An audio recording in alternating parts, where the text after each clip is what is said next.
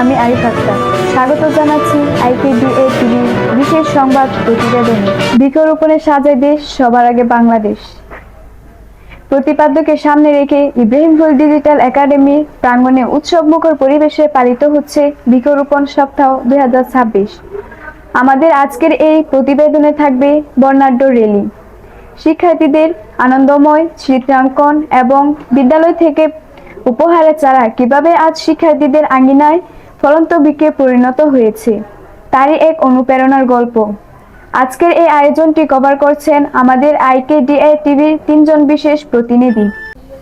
শুরুতে উৎসবমুখর র্যালি ও উদ্বোধনী আয়োজনটির খবর জানাতে সরাসরি যুক্ত হচ্ছেন আমাদের প্রতিনিধি নাহিদ ইসলাম।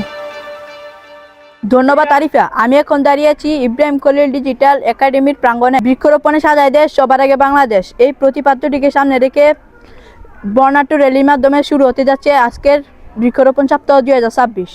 র্যালিটি বিদ্যালয় প্রাঙ্গণ ও আশপাশের এলাকা প্রদক্ষিণ করে আনন্দ ঘন পরিবেশে সম্পন্ন হয়। এরপর প্রধান শিক্ষক ও সম্মানিত শিক্ষক মণ্ডলীর উপস্থিতিতে একটি ফলজ চারা রোপণের মাধ্যমে কর্মসূচির আনুষ্ঠানিক উদ্বোধন করা হয়। উদ্বোধনী পর্ব শেষে IKDA টিভির খুদে সাংবাদিকের সঙ্গে কথা বলেন ইব্রাহিম খলিল ডিজিটাল একাডেমির প্রধান শিক্ষক জনাব খলিলুর রহমান খান। এই সময় তিনি কর্মসূচির গুরুত্ব ও শিক্ষার্থীদের মধ্যে বৃক্ষ প্রেম গড়ে তোলার বিষয়ে নিজের মূল্যবান বক্তব্য তুলে ধরেন। স্যার, আপনারা যে বৃক্ষরোপণ কর্মসূচি পালন করছেন, এর মূল লক্ষ্য বা উদ্দেশ্য কি? ধন্যবাদ আপনাকে প্রশ্ন করার জন্য। আমাদের বৃক্ষরোপণ কর্মসূচির উদ্দেশ্য হলো শিক্ষার্থীদেরকে বইয়ের শিক্ষার পাশাপাশি সমাজ সংস্কার এবং প্রাকৃতিক পরিবেশের যত্ন করতে হয়, এই বিষয়টাকে আমাদের বোঝানোর জন্য আমরা এই বৃক্ষরোপণ কর্মসূচিটা উদযাপন করে থাকি, যেন বাচ্চাদের এই গাছ লাগানোর প্রতি, গাছের যত্নের প্রতি, গাছ বৃদ্ধিকরণের প্রতি যেন তারা যত্নবান হয় এবং পরিবেশকে সুন্দর করতে যেন তারা সচেষ্ট হয়, এই বিষয়টা যেন তারা বাস্তবে বুঝতে পারে। আপনারা এই পর্যন্ত কি পরিমাণ চারা বিতরণ বা নিজস্ব আঙ্গিনায় রোপণ করেছেন? ধন্যবাদ আপনাকে। আমরা এ পর্যন্ত প্রতি বছরেই করার চেষ্টা করি, কিন্তু প্রতি বছর হয় না, হয়তো 1-2 বছর ফাঁকে ফাঁকে বাদ যায়। আমরা এই পর্যন্ত প্রায় 5 শতাধিক গাছের চারা বিতরণ করেছি আলহামদুলিল্লাহ, এবং এটা এই প্রায় অধিকাংশ চারাই বেঁচে আছে। কয়েক ধরনের চারাই আমরা এই পর্যন্ত বিতরণ করেছি। ধন্যবাদ আপনাকে। এ পর্যায়ে আমাদের সাথে আছে নতুন চারা পাওয়া একজন শিক্ষার্থী। তোমার নাম কি? আমার নাম রিফাত হাসান। বিদ্যালয় থেকে চারাটি পেয়ে তোমার কেমন লাগছে? বিদ্যালয় থেকে চারা পেয়ে আমার খুবই ভালো লাগছে। আমি এটি বাড়িতে নিয়ে গিয়ে রোপণ করবো এবং নিয়মিত যত্ন নিব।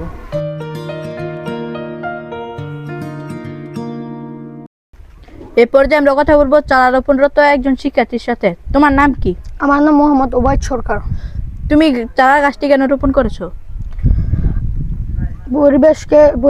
পরিবেশ সুন্দর রাখতে, বিশুদ্ধ অক্সিজেন, ছায়া ও সুস্বাদু ফল পেতে আমরা আমাদের বেশি বেশি গাছ লাগানো উচিত।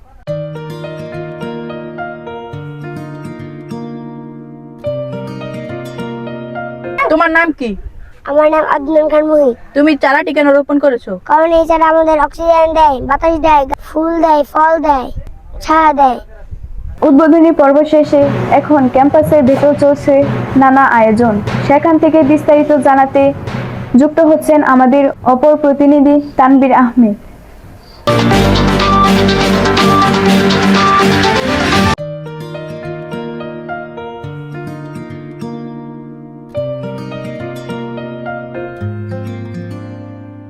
ধন্যবাদ আরিফ আক্তার। আমি এখন দাঁড়িয়ে আছি একাডেমি শিল্পাঙ্গনে। এখানে চিত্রাঙ্কন প্রতিযোগিতায় কোমলমতি শিক্ষার্থীরা তাদের রঙিন ক্যানভাসে আঁকছে সবুজ বর্ণ ও পরিবেশ সুরক্ষার ছবি। চলুন সুপ্রিয় দর্শক, আমরা দেখি ওরা কি আঁকছে। তুমি কি আঁকছো? আমি প্রাকৃতিক পরিবেশের ছবি আঁকছি।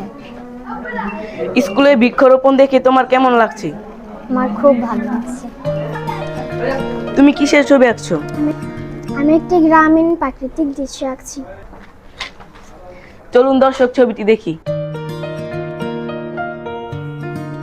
তবে এই সুফল শুধু বিদ্যালয় সীমাবদ্ধ নেই, পৌঁছে গেছে শিক্ষার্থীদের বাড়িতেও। সরাসরি যুক্ত হচ্ছেন এক শিক্ষার্থীর উঠান থেকে আমাদের প্রতিনিধি জিহাদ ইসলাম।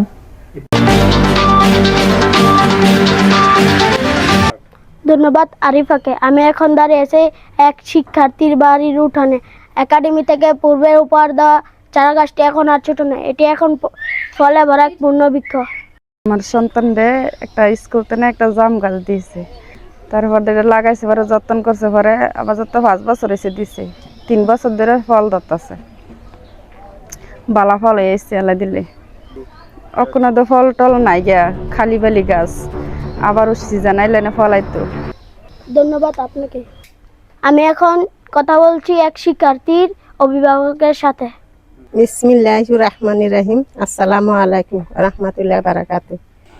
আমার ছেলেরে জাহিদ মোল্লা ইব্রাহিম খলিল ডিজিটাল একাডেমি জাহিদ মোল্লার স্কুলেতে একটা কাঁঠাল গাছ দিয়েছিল আজ থেকে 3 বছর আগে। এই গাছের মধ্যে 2 বছর ধরে কাঁঠাল ফল ধরে, এবার ধরছে 3টা, কিন্তু দেখাতে পারছি না। এখন গাছ ফল নাই, এই সিজন শেষ।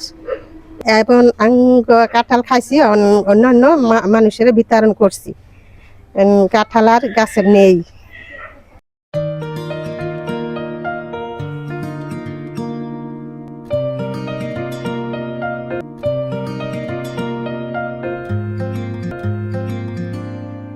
আমি এখন দাঁড়িয়ে আছি আরেকজন শিক্ষার্থীর বাড়ির উঠানে।